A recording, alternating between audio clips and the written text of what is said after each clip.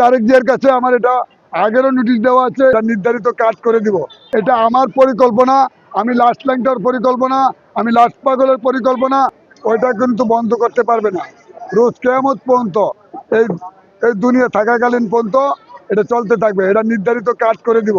এটার ভিতরে কম সরকারিভাবে এটাকে এরকম করে দিব, স্তর বাই স্তর লোক সেট করে দিব। সরকারি অনুদানের মতো এটা চলতে থাকবে, কর্মচারী থাকবে, সরকারি অনুদান থাকবে, তার স্কুল ভাতা এক্সেল থাকবে, এবং বাংলাদেশের ভিতরে যতগুলি মাজার আছে প্রত্যেকটা মাজার এই কোয়ালিটি চলবে।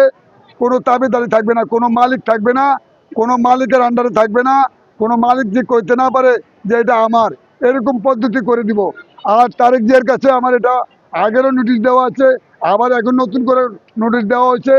এটা আমার পরিকল্পনা, আমি লাস্ট ল্যাংটার পরিকল্পনা, আমি লাস্ট পাগলের পরিকল্পনা, আমি লাস্ট আউলিয়ার পরিকল্পনা বাস্তবায়ন স্টার্ট করে দিলাম। এটা বাস্তবায়ন পুনরায় বহল করে দিলাম।